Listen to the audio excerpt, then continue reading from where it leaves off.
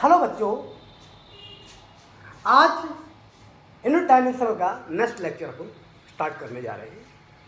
तो आप पहले अपन देखें डायमेंशनल फार्मूला। आज हम डायमेंशनल फार्मूला के बारे में बताएंगे कि डायमेंशनल फार्मूला है क्या। तो ये यूनिट डायमेंशन का पार्ट ही है। तो डायमेंशनल फार्मूला बताइए। डायमेंशनल फार्मूला, तो डायमेंशनल फार्मूला, तो डायमेंशनल फार्मूला का मतलब क्या है। एक तो हमारे दो तरह की है। एक हमारा फंडामेंटल डायमेंशनल फार्मूला है जो हम मास, लेंथ और टाइम के अंदर बताया था, और इसके बाद में हमारा ड्राइव डायमेंशनल फार्मूला है। अदर हमारा कौन सा है? Drive dimensional formula. तो ये फंडामेंटल जो dimensional formula, dimensional formulas fundamental dimensional फार्मूले से बनते मिलके बनते हैं। मतलब कहने का मतलब है drive dimensional formula made by fundamental dimension with proper exponent is called the derived dimensional formula. मतलब ड्राइव्ड डायमेंशनल फार्मूले का मतलब ये है। जैसे एग्जांपल आपको देखें कि हमारा कोई भी हमारा डायमेंशनल फार्मूला बना है। जैसे कोई फिजिकल क्वांटिटी है, उसका डायमेंशनल फार्मूला बनाएंगे तो अपन कैसे लिखते हैं? ऐसे लिखते हैं, square bracket M A N B N T C, इस तरीके से लिख सकते हैं। स्क्वायर ब्रैकेट के अंदर डायमेंशनल फार्मूला को लिखते हैं। तो ये आपका डायमेंशनल फार्मूला। तो अपन को क्या करना है, ये डायमेंशनल फार्मूला टॉपिक सिंपल है और एग्जाम के अंदर पूछा भी जाता है ना। सिंपल है, ये टॉपिक आपका सिंपल है। इसके अगले से हम जो पढ़ाएंगे बेसिक मैथमेटिक्स। क्या पढ़ाएंगे? बेसिक मैथमेटिक्स, या कहेंगे टूल ऑफ द फिजिक्स। इसके बाद हम पढ़ाएंगे टूल ऑफ फिजिक्स एंड जैसे वेक्टर है, इसके सारी जो फंडामेंटल आपके हम सारी ये बता देंगे, तब ही आपको फिजिक्स पढ़ना ज़्यादा बेटर लगेगा। ओके, तो यहाँ पर डायमेंशनल फार्मूले के बारे में हम बता देते हैं। तो dimensional formula X equal to M की पावर ए एल की पावर बी टी की power C. Generally most fundamental, जो मोस्ट फंडामेंटल भी क्या होता है, जिसको अपन ज़्यादा से ज़्यादा यूज करते हैं, जो हमारा जो मास, लेंथ और टाइम के टर्म में यूज करते हैं। क्योंकि कोई भी फिजिकली बॉडी को ऑब्जर्व करेंगे तो मास तो हो गई और लेंथ भी उसमें होगी, में डायमेंशन उसमें होगी, और हर चीज़ के लिए टाइम, तो हर चीज़ मतलब हर चीज़ टाइम के अंदर इंक्लूड है, इसलिए टाइम का अंदर रहता है। ये हमारा आपका डायमेंशनल फार्मूला है। ओके, नाउ अब हम बात को करेंगे। तो डायमेंशनल फार्मूला हमारा जो है, डायमेंशनल फार्मूला को मैंने बताया था फंडामेंटल एंड ड्राइव्ड। तो डायमेंशनल फार्मूले बनाने के लिए हमको स्टार्टिंग में 25 के आसपास डायमेंशन बना लेना, और जनरली अपन 11th में 12th में जो फार्मूले हमारे होते हैं, उन फार्मूले के आधार पर हम डायमेंशनल फार्मूला बता देते हैं। डायमेंशनल फार्मूला कोई रटने की चीज़ नहीं है। डायमेंशनल फार्मूला कोई रटने की चीज़ नहीं कि आप रट रहे हैं इसको ये अपन जो फंडामेंटल जो फार्मूले से हम जानते हैं, जो भी अपन फार्मूले जानते हैं, उसी से हमारा डायमेंशनल फार्मूला का निर्माण होता है। नहीं, मतलब structured dimensional formula by the fundamental dimension के द्वारा स्ट्रक्चर्ड होता है। कि मैं ये आपकी वैल्यूज। तो अपन पहले कुछ डायमेंशनल फार्मूला बना देते हैं डायमेंशनल फार्मूले के बारे में। इसके बाद में इसकी एप्लीकेशन है, और ये आपका टॉपिक आपका खत्म हो जाएगा। ओके बेटा, ये मैं आपको बता दूं, फिजिक्स एक ऐसा टॉपिक है जिसमें starting topics time wasting topics भी हैं, लेकिन पढ़ाना तो टीचर को पड़ेगा। बस जो आईआईटी के लिए जो बच्चे बहुत इंटरेस्टेड हैं, उन बच्चों के लिए मैं कहना चाहता हूँ कि आपको सबसे इम्पोर्टेंट है बेसिक मैथमेटिक्स। जैसे वेक्टर है, डिफरेंशिएशन, इंटीग्रेशन, जैसे क्वाड्रेटिक का इस्तेमाल है ना। मतलब all the application of the basic mathematics in the physics you can done. अगर यदि आपने ये कर लिया तो हर आपको सब फिजिक्स के अंदर प्रॉब्लम बिल्कुल नहीं होगी। ये मेरा आपसे प्रॉमिस है। तो यहाँ पर हम यहाँ पर टॉपिक्स है, हम थोड़ा सा बात बताएंगे। पहले हम डायमेंशनल फार्मूला के बारे में बता देते हैं। तो पहले डायमेंशनल फार्मूला मतलब आपको स्टार्टिंग में कोई भी रिजल्ट आपको मालूम होगा, उस रिजल्ट के द्वारा अपन डायमेंशनल फार्मूला बनाएंगे। तो अपन को थोड़ी सी बात है कि हमारा पहले 25 स्टार्टिंग में आपको मतलब 20-25 फार्मूले 25-25 फार्मूले आपको बना लेना चाहिए, जिससे आपको थोड़ा सा आप डायमेंशनल फार्मूले से फेमिलियर हो जाओगे। इसके बाद में इसकी 3 एप्लीकेशन होती हैं, इसकी 3 एप्लीकेशन है, तो हम ये 3 एप्लीकेशन पढ़ाएंगे। पहले आज के लेक्चर में हम आपको डायमेंशन सिखाएंगे, डायमेंशन कैसे बनते हैं ये वाले बताएंगे। इसके बाद में आपको हम इनकी एप्लीकेशन अगले लेक्चर में बताएंगे। तो पहले आपका देखिए डायमेंशनल फार्मूला कैसे बनते हैं। डायमेंशनल फार्मूला पहले में आपको मालूम होना चाहिए। जैसे एग्जाम्पल दिए, जैसे एरिया क्या होता है, लेंथ इंटू ब्रेड्थ, तो क्या होगा L इंटू बी, तो ये भी लेंथ है, ये भी लेंथ है, इसलिए इसको क्या कहेंगे L स्क्वायर कहेंगे। L स्क्वायर तो क्या बोलते हैं, इसको जनरली स्क्वायर ब्रैकेट में लिखेंगे M0 और L स्क्वायर और T, ये आपका फंडामेंटल डायमेंशन है, ये आपको पता है। दूसरा हमारा वॉल्यूम आता है,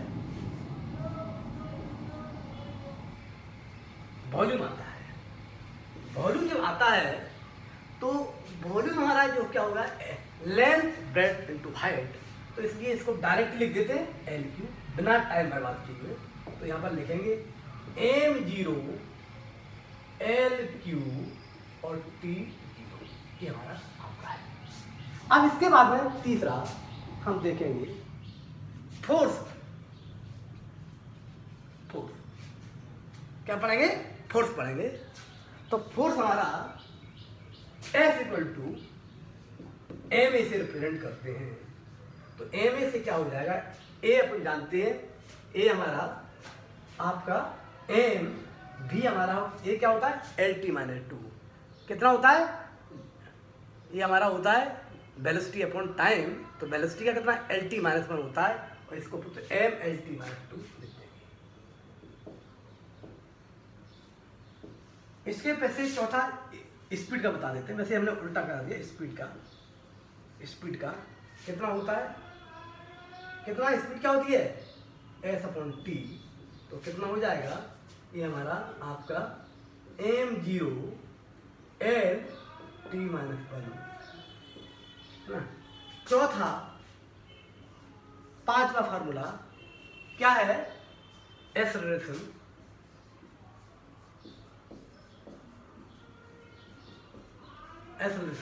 हमारा क्या होता है वेलोसिटी अपॉन टाइम, इसको क्या कहें कि हमारा M0 LT-2 इस तरीके से हमारे ड्राइवर फार्मूला बनते जाते हैं। अब इसके बाद में अगला हम बताएं तो अपन को स्टार्टिंग में बस 10-25 क्वेश्चन आप कर लेना, 25 ड्राइव बना लेना। मैं यहाँ पर आपको 10-20 डायमेंशनल फार्मूला बता देता हूँ, आप करते जाइए, ओके है ना। तो मैंने ये हमारे फंडामेंटल चीज़ थी, इसको अपन छोटी क्लास में पढ़ते गए, तो इसलिए डायमेंशनल फार्मूला बनाना कोई मुश्किल नहीं है। तो इसमें आपको इसलिए टॉपिक्स में कोई आपको टेंशन लेने की ज़रूरत नहीं है बच्चे, क्योंकि आपका जैसे 11th क्लास में जैसे आगे बढ़ते जाएंगे फार्मूला आता जाएगा, उस फार्मूले के आधार पर अपन डायमेंशनल फार्मूला बनाते जाएंगे। इसलिए आपको मैं यहाँ पर 5 फार्मूले हमने बता दिए। अब इसके बाद में डायमेंशनल फार्मूला छठवां, तो छठवां बता देता हूँ। छठवां में क्या होगा बोलिए, कि छठवां में अपन देखें प्रेशर देखें, प्रेशर या डेंसिटी देखें, प्रेशर देखें। प्रेशर क्या होता है, फोर्स अपॉन एरिया। तो कितना होगा, फोर्स का MLT-2, एरिया का L स्क्वायर, तो ये कितना हो जाएगा ML-1 T-2, ये हमारा आपका पड़ेगा। तो आप लोगों फार्मूला लिखते जाइए और आपका डायमेंशनल फार्मूला बनाते जाओगे, तो ये अपना बहुत आसान चीज़ है। जो बच्चे 10th के बाद में जो भी आए हैं, जो बैठ के देखेंगे, उनके लिए आसान है। इसके बाद में अगला रिजल्ट नंबर 7, डेंसिटी। बताइए डेंसिटी क्या होती है, डेंसिटी हमारा क्या होता है, मास अपॉन वॉल्यूम। डेंसिटी हमारा मास अपॉन वॉल्यूम। तो क्या होता है, मास हमारा m है और वॉल्यूम हमारा L³ है, तो इसको लिखेंगे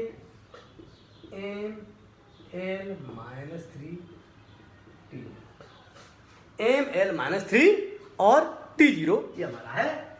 और इसके बाद में 8th रिजल्ट है वो हमारा क्या है, बताइए क्या बताएं। अब ये वर्क लिखें, वर्क अपन जानते हैं, वर्क डन। वर्क डन क्या होता है, force into distance, force into distance. कैसे, force into distance into cos theta भी होता है। तो थीटा इज डायमेंशनलेस है, क्योंकि cos थीटा हमारा डायमेंशनलेस होता है कि दो डिस्टेंस का रेशो होता है। जैसे थीटा कितना आर्क अपॉन रेडियस होता है, आर्क भी डिस्टेंस है और आपका रेडियस भी डिस्टेंस, इसलिए क्या डायमेंशनलेस क्वांटिटी है। तो इस तरीके से आपका मतलब इसलिए cos थीटा का कोई ट्रिग्नोमेट्रिकली डायमेंशन की जरूरत नहीं है, वो डायमेंशनलेस होता है, इसलिए आपको डायरेक्ट। तो आपका फोर्स इनटू डिस्टेंस को क्या बोलेंगे, ml²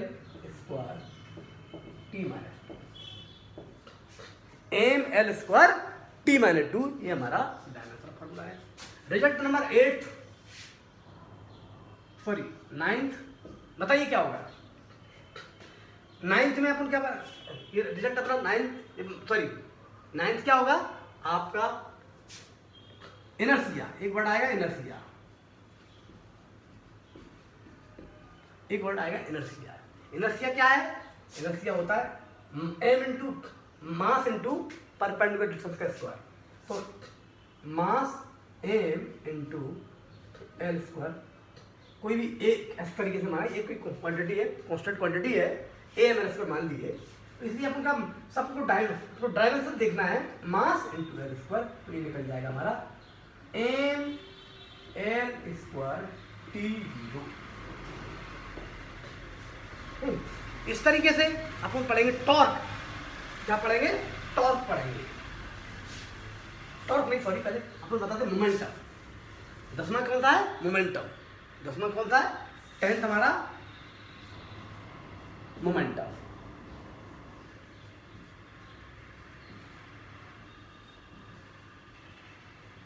मोमेंटम, तो मोमेंटम हमारा क्या है, मास इनटू वेलोसिटी। तो डायरेक्ट बता देता हूं, अब इसमें आपको ज्यादा करने की जरूरत नहीं है, स्क्वायर ब्रैकेट लगेंगे m-a-t-, ये हमारा मोमेंटम है। इसके बाद में हमारा आएगा 11th टॉर्क।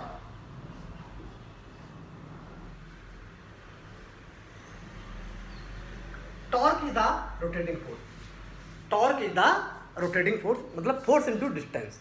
ये भी फोर्स इनटू डिस्टेंस है। तो हमारा फोर्स हमारा इनटू डिस्टेंस है, फोर्स इनटू डिस्टेंस है नहीं, ये भी टॉर्क होता है नहीं। अभी टॉर्क क्या होगा फिजिक्स के में, इसकी क्या वैल्यू, किसका मतलब है, टॉर्क रोटेटिंग फोर्स होता है, तो इसलिए फोर्स इनटू डिस्टेंस होता है। ये अपन आगे क्लास में, क्योंकि अभी फंडामेंटली डायमेंशनली पढ़ना है, अपन को कुछ जानना सीखेगा उसके बारे में डिस्क्रिप्टिव तरीके से भी बहुत नॉलेज है कि वो चीज़ क्या है, हम वो घुस के जैसे अगले टॉपिक्स में बताएंगे तो आपको आता जाएगा। दूसरी बात बच्चों मैं ये कहना चाहता हूँ, 11th वाला जो पोर्शन है, IIT वाले बच्चे को मैं ये कहना चाहता हूँ कि 11th का पोर्शन बहुत इंपॉर्टेंट है। मतलब ये मान के चलिए जो बच्चे IIT की तैयारी करेंगे, आप ये मान के लिए फिजिक्स का जो एप्लीकेशन बेसिस पर आपका 90% फिजिक्स ओनली मैकेनिक्स ही है।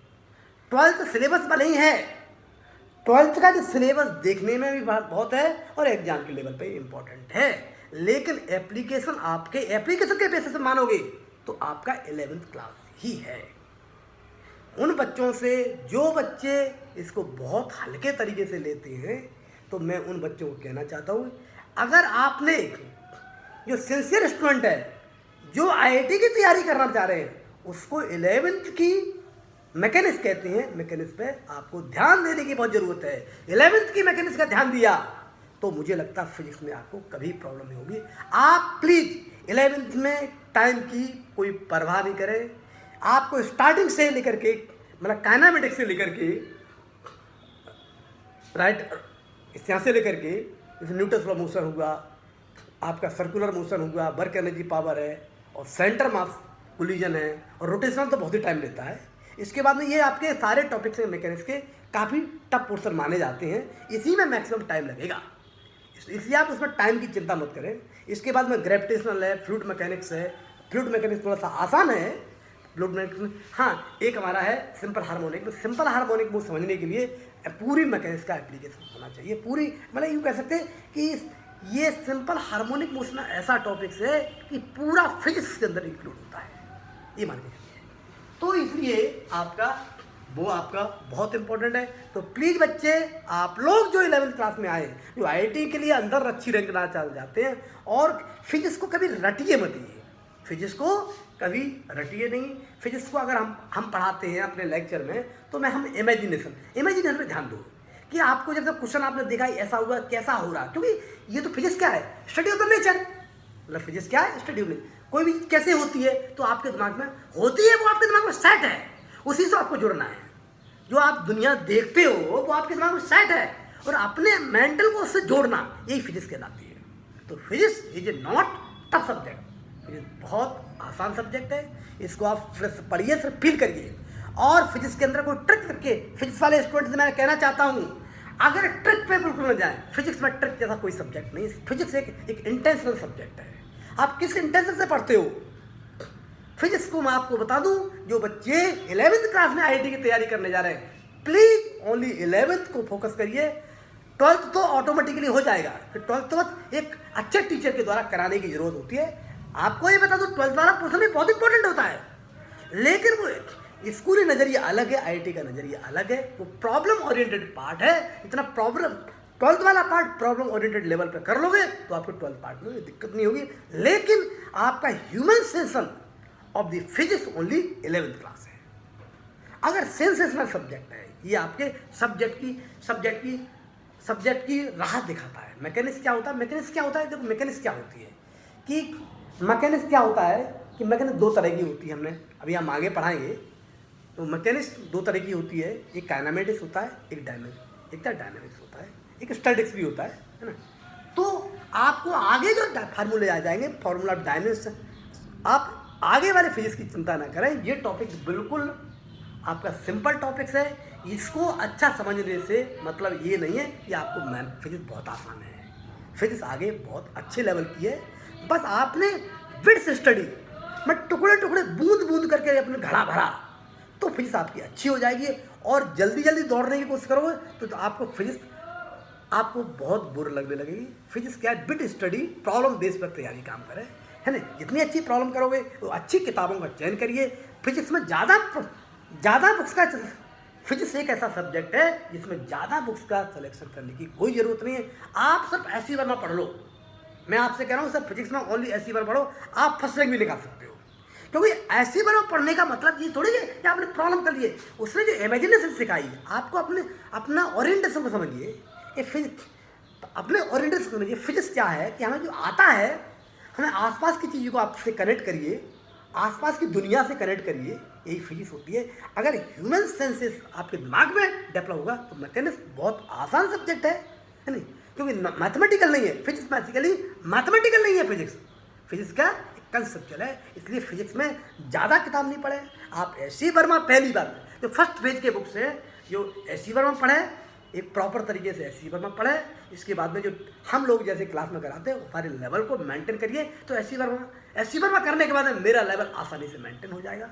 और यदि और ऊपर जाना है, अगर रैंक जो बच्चे विदिन 200 में रैंक लाना चाहते हैं, वो बच्चे आप IIRDO को जरूर करें।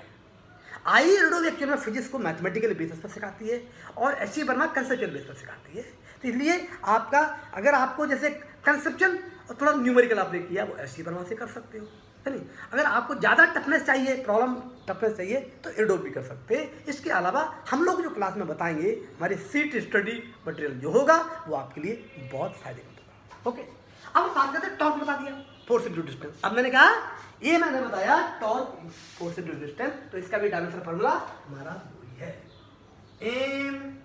mL² T-2। मतलब कहने का वर्क डन का, टॉर्क का डायमेंशनल फार्मूला सेम है नहीं। अब इसके बाद में हम पढ़े। अगला बताए क्या पढ़ा है, 12वां बताए angular momentum.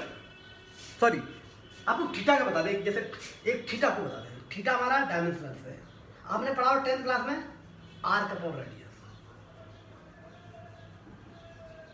Arc upon radius है, तो आर्क अपॉन रेडियस है, तो आर्क अपॉन रेडियस में क्या है, लेंथ, ये भी हमारी लेंथ है, ये भी लेंथ है, इसलिए इसका डायमेंशन फॉर्मूला क्या बनेगा, m0 L0 t। ये हमारी कोई भी ट्रिग्नोमेट्रिक क्वांटिटी हो, sine theta, cos theta, tan theta, sec theta, cosec theta, any trigonometric quantity का डायमेंशन पर बनाएंगे वो हमारा डायमेंशनलेस ही होता है, क्योंकि वो एक स्पेसिफिक रेशियो है और कुछ डिस्टेंस का। ट्रायंगल के अंदर जैसे अपना देखा होगा कि आपका जो आपकी क्या है, इसकी परपेंडिकुलर बेस परपेंडिकुलर का एक मतलब इन क्वांटिटी का रेशियो को, जो रेशियो माना गया उसी हिसाब से sign theta, cos theta, tan theta माने जाते हैं। इसलिए आप ये रेशियो की वजह से होने की वजह से ये डायमेंशनलेस क्वांटिटी है, ये आपको इसकी कोई टेंशन करने की जरूरत नहीं। अब हम बात करते हैं, तो मैंने ये बता दिया।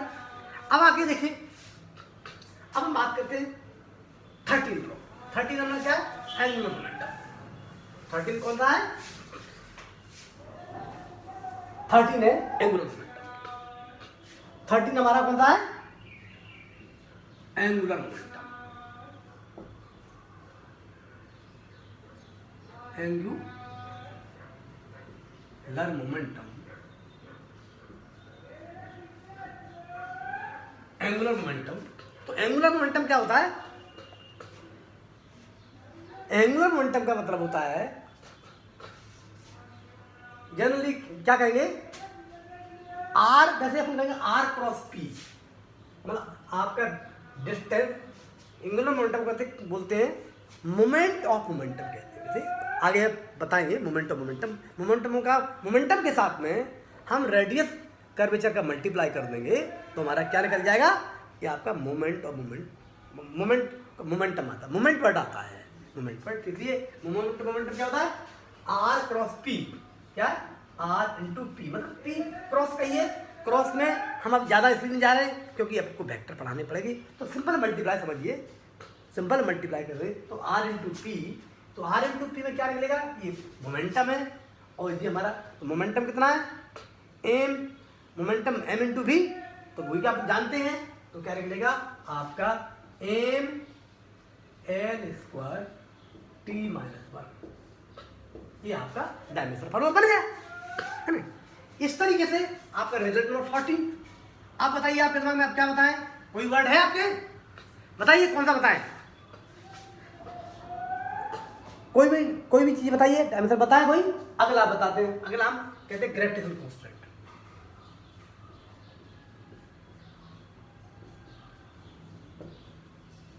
ग्रेविटेशनल कांस्टेंट, तो ग्रेविटेशनल कांस्टेंट क्या होता है, आपने पढ़ा होगा F equal to G m1 m2 upon D square. आपको कोई ग्रेविटेशनल कांस्टेंट चाहिए जिसको बोलते हैं ग्रेविटेशनल कांस्टेंट, ये बात है। तो क्या होता है, इसलिए g equal to f into D square into m1 into m2। तो देयरफॉर f का आपको मालूम है, f का डायमेंशन फॉर्मूला मालूम है आपको, क्या है, m l t minus 2 into L Q upon M square. तो देयरफॉर इट फाइनल रिजल्ट क्या निकलेगा, हमारे m की पावर -1 क्या निकलेगा, मैं नीचे लिख देता हूं, m की पावर -1, m की पावर -1 और क्या निकलेगा, और बताइए क्या निकलेगा, सॉरी ये डी स्क्वायर एल क्यू और टी माइनस 2, ये हमारा ग्रेविटेशनल कांस्टेंट का है। तो आपके रिजल्ट नंबर 14 हो गए। अगर ऐसे अपन देखेंगे result number formula, specific gravity क्या होता है, स्पेसिफिक ग्रेविटी, स्पेसिफिक ग्रेविटी क्या बोलिए आप, result number 5 specific gravity, specific gravity. तो स्पेसिफिक ग्रेविटी क्या होता है, डेंसिटी मैंने बताया था, डेंसिटी का रेशो होता है, क्या होता है, डेंसिटी का रेशो होता है। तो डेंसिटी का रेशो इसी, ये भी हमारी डायमेंशनलेस क्वांटिटी है, इसलिए ये भी हमारी क्या होता है, m0 L0 और T0, ये भी हमारी डायमेंशनलेस क्वांटिटी। किसी भी चीज का रेशियो होता है, नहीं किसी भी सेम क्वांटिटी का रेशियो, इसलिए वो डायमेंशनलेस क्वांटिटी होती है। ये आपको स्पेसिफिक ग्रेविटी की हमने आपको जो टर्म हमने बताने की कोशिश करी, ये 15 मैंने बता दिए, बाकी आपको 20-25 स्टार्टिंग में, 25 के बाद 10 और कोशिश कर लेना। आप ऐसा करना कि ऐसी वर्मा आपके पास में किताब बुक्स हो तो उसके पीछे वाले पेज पे जाना, तो पीछे वाले पेज में जब जाओगे तो आपको क्या मिलेगा कि पिछले वाले पेज पे जाओगे तो आपको क्या मिलेगा, आपको वहाँ पर डायमेंशनल फार्मूले का एक लिस्ट गिवन है। तो फार्मूला आप उसको देखिए, फार्मूला देखते जाइए, और देखते जाने से आपको आप क्या करोगे कि आप डायमेंशनल फार्मूला बनाते जाइए। ये उसका आपके, आप 25 अपने हाथों से निकाल लेना। आप क्या करना, 25 डायमेंशन अपने हाथों से निकाल लेना, फिर आपको डायमेंशनल फार्मूले बनाना आ जाएगा। ये है डायमेंशनल फार्मूला बनाने की बात। ओके, आप बताइए कि डायमेंशनल फार्मूला जनरली क्या लिखा जाता है, n की पावर, देखो आपने देखा होगा, ये फंडामेंटल डायमेंशन की प्रॉपर एक्सपोनेंट के साथ में लिखा जाने वाला आपका फॉर्मूले को ड्राइव्ड डायमेंशन कहेंगे। ये हमारा डायमेंशन। अब डायमेंशनल इक्वेशन, डायमेंशनल इक्वेशन क्या होती है, कोई भी फिजिकल क्वांटिटी को किसी डायमेंशनल फॉर्मूले से इक्वेट कर दिया जाए तो हमारी इक्वेशन बन जाती है। जैसे आपने देखा होगा, इक्वेशन का मतलब क्या, बैलेंस करना है। इक्वेशन क्या होता है, बैलेंस करना। जैसे आप कहते हैं कि आप अपने आप को कैसे इक्वेट किया आपने, जैसे जो IIT की तैयारी कर बच्चे करते हैं वो अपने आप को कैसे इक्वेट करते हैं, बैलेंस करते हैं, मतलब टाइम मैनेजमेंट कैसे करते हैं, और अपनी पढ़ाई को किस तरीके से बैलेंस करके चलते हैं, मतलब ये आपका सारी इक्वेशन कहते हैं। इक्वेशन मतलब तोलना, इक्वेट करना। मतलब जो आपको इक्वेशन बनाने का कारण क्या होता है, आपने पढ़ा होगा 10th क्लास के अंदर मैथमेटिक्स में पढ़ा होगा, जैसे आपने बड़ी फादर की एज, मदर की एज की ऐसी प्रॉब्लम आती है, तो उसमें क्या आप क्या करते हैं, जो आपकी प्रॉब्लम के अंदर गिवन रहती हैं उनसे क्या करते हैं, कंडीशन जो चीज़ें रहती है, दो कंडीशन को बराबर कर देते हैं, दो कंडीशन बराबर करने से हमारी इक्वेशन जनरेट होती है। तो इक्वेशन का चाहे कहीं भी चले जाइए वही मतलब होता है, चाहे फिजिक्स में चले जाइए, चाहे मैथमेटिक्स में चले जाइए, बेसिक इक्वेशन का मतलब तोलना, दो चीज़ों को बैलेंस करना, ये आपकी वो बात है। अब हम बात करते हैं अगला जो हमारा बोलते हैं एप्लीकेशन ऑफ द इरेक्टाइल। आप जब 25 फार्मूले आपके हाथों से निकल जाएंगे, मैं इस लेक्चर में ज़्यादा नहीं बना सकता हूं, बना सकता हूं क्योंकि मुझे ज़्यादा डायमेंशनल फॉर्मूला बनाने की जरूरत नहीं। आप लोग अपने हाथों से निकाल लीजिए। स्टूडेंट का बेसिक स्ट्रक्चर ये है कि अपने हाथों से बनाओगे तो आपके डायमेंशनल फार्मूले की स्ट्रक्चरिंग आपके दिमाग में सेट हो जाएगी, फिर आपको इसके प्रॉब्लम के अंदर जरूरत नहीं, दिक्कत नहीं आएगी। ओके, अब हम बात करते हैं, अब हम कहते हैं application of the dimensional.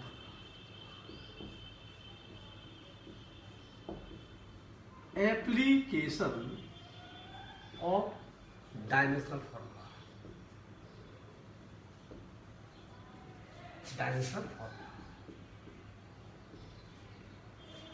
Application of the dimensional formula. तो क्या है इसकी पहली एप्लीकेशन, क्या है, application of the dimensional formula, इसकी क्या जरूरत है। तो एप्लीकेशन में क्या आएगा, इसकी जो एप्लीकेशन होगी वो क्या होगी कि पहला एप्लीकेशन है चेक दी करेक्टनेस, चेक दी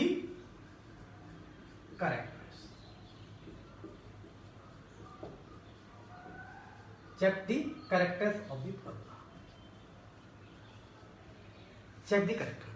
जैसे आपने देखा होगा कोई भी इक्वेशन है ना, इक्वेशन को LHS में RHS में देखते हैं तो मैथमेटिकल इक्वेट भी करना नहीं होता है, यहाँ पर डायमेंशनल इक्वेट करना होता है। इसलिए चेक दी करेक्टनेस, कोई भी फार्मूले को अपन लिख रहे हैं वो डायमेंशनली ट्रू है, LHS का डायमेंशन, RHS का डायमेंशन एक जैसा है या नहीं है, यही हमारा आपका क्या होता है, चेक दी करेक्टनेस। जिसमें इक्वेशन आपको पढ़ी होगी, मैं इक्वेशन बता देता हूं, जैसे आपने पढ़ी होगी v equal to U plus AT, v equal to U plus AT, v equal to U plus AT है। तो v equal to U plus AT में क्या देगा, आप देखिए v का स्पीड कितना, एल टी माइनस यू हमारी स्पीड है तो एल टी माइनस वन है, ए का कितना है, एल टी माइनस टू है, इसका टाइम टी है। तो देखो एल टी माइनस वन का dimensional formula is equal to आपका L T minus one plus L T minus one. देखो आपको ये बताना चाहिए, मैथमेटिकल तरीके से अपन बच्चे करते हैं L T minus square plus L T two L T minus one square. अरे कोई भी एल टी माइनस स्क्वायर, कोई भी कितनी भी L T minus square add करें, क्योंकि इसके ये हमारी एब्जॉर्प्शन क्वांटिटी है। क्या, एब्जॉर्प्शन डायमेंशनल फॉर्मूला है कि ये हमारा मतलब आप एल टी माइनस कोई भी रखें, कोई भी कितने भी टाइम में, जैसे इसको इसके सबके बराबर है ना, इसको किसी के करना, तो इसमें मुझे लगता है कि आपको ये नहीं कि L T minus two L T minus two L T minus लिख सकते हैं, वो अलग बात है, लेकिन इसका ये मतलब नहीं है एल टी माइनस, क्योंकि ये एब्जॉर्प्शन है। मतलब कहने का मतलब क्या है कि इसका डायमेंशन इसका dimension two L T minus one रखिए, आप इसको न्यूमेरिकल इक्वल मत करिए, इसको आप न्यूमेरिकल इक्वल ना करें, इसको आप न्यूमेरिकल इक्वल नहीं करें, इसको फिजिकली अंडरस्टैंडिंग बेसिस बनाना है। तो L T minus one plus L T minus two L T minus one नहीं कहेंगे, एल टी माइनस हम कितनी भी फिजिकल क्वांटिटी को ऐड करें तो आपका मतलब यही होता है। जैसे मैं आपको एक एग्जाम्पल बताऊँ, मैं इसमें आया तो मैं इसमें एग्जाम्पल बता देता हूँ। जैसे कभी आप देखा होगा एक रिलेशन है फिजिक्स में, एक रिलेशन है कि a plus B T plus C T square plus D T, कोई भी हमारा ये फिजिक्स का फार्मूला हमने क्या एज्यूम किया है, कोई भी आपको क्वांटिटी को हम इस तरीके से लिख रहे हैं x equal to A B T C T square D T.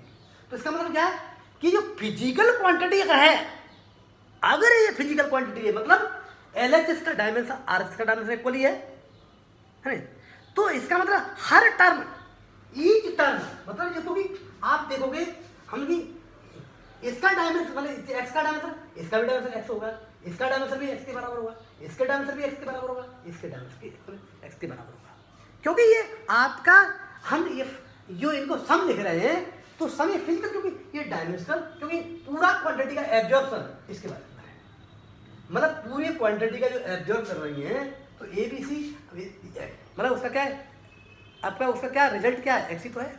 तो इसलिए हम अगर हमने पूछा कि भाई एक्स हमारा कितना, A plus B C D T Q, और ए बी सी हमारा कॉन्स्टेंट है, ए बी सी डी हमारे कॉन्स्टेंट है, और टी हमारा टाइम है, टी हमारा टाइम है। तो आपको पूछा है कि find what is the dimension formula of the A B C D, तो कैसे करोगे, हमने कहा इसका डायमेंशन इसके बराबर करना पड़ेगा, इसका डायमेंशन इसके बराबर करना पड़ेगा, इसका डायमेंशन इसके बराबर करना पड़ेगा, इसका डायमेंशन इसके बराबर। तो ये नहीं कि तीनों का डायमेंशन कोई न्यूमेरिकल नहीं है, ये डायमेंशनली केसेस है। ओके, तो हम क्या कैसे निकालेंगे, इसमें कैसे, इसका एल है कितना है, इसका एल है, L A equal to L, L अब बी टी मतलब B T B into T, तो बी तो निकालना है, टी का इक्वल टू एल के बराबर है, तो क्या निकलेगा, देयरफॉर आपका B equal to L T minus one है। इसी तरीके सिमिलरली आपका C T square equal to L है, तो क्या करेंगे, विच इंप्लाई आपका सी इक्वल टू कितना है, L T minus two L. इस तरीके से D T Q equal to आपका एल है, which imply that D equal to L T minus three. निकल गया। तो आपका ये डायमेंशनल फॉर्मूला, ये चेक दी करेक्टनेस का मतलब कि अंदर ही ये आ जाती है। तो मैंने आपको चेक दी करेक्टनेस के बारे में बताया। जैसे मैं अगला एग्जांपल लेता हूं,